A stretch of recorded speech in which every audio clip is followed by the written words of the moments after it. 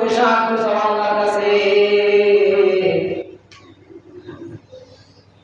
নামাজের মাধ্যমে তুমি সব কিছু চাও। ধৈর্য ধরে তুমি মুমিন, নামাজের মাধ্যমে ধৈর্য ধরে। ইন্নাল্লাহা মা'আস সাবিরিন, ইন্নাল্লাহা মা'আস সাবিরিন। তাহলে আয়াতের মধ্যে নিয়ামত চিনিয়ে দেবে কত? এক নাম্বার হলো আল্লাহ নবী সাল্লাল্লাহু আলাইহি ওয়াসাল্লাম বলেন 80 বছর আয়াতের মধ্যে তুমি রিজিকের মধ্যে কোনো বরকত পাবে না।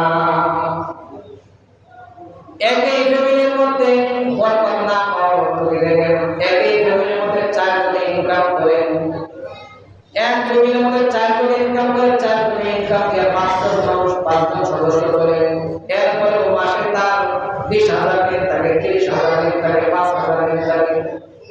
আরেক ফ্যামিলির মধ্যে দেখেন 3 জন সদস্য, উপার্জন করে শুধু একজন, কিন্তু ঘরের সকল সদস্যরা নামাজি। এর একজন ইনকাম করার পরে মাস শেষে তার মুক্তি থাকে না, ঈদ থাকে না, কর্ম থাকে না, তার ঘরের মধ্যে বরকত দিয়েছে আল্লাহ। ওই ঘরের মধ্যে 3 জন ইনকাম করার পর 20,000 টাকা ঋণ থাকে।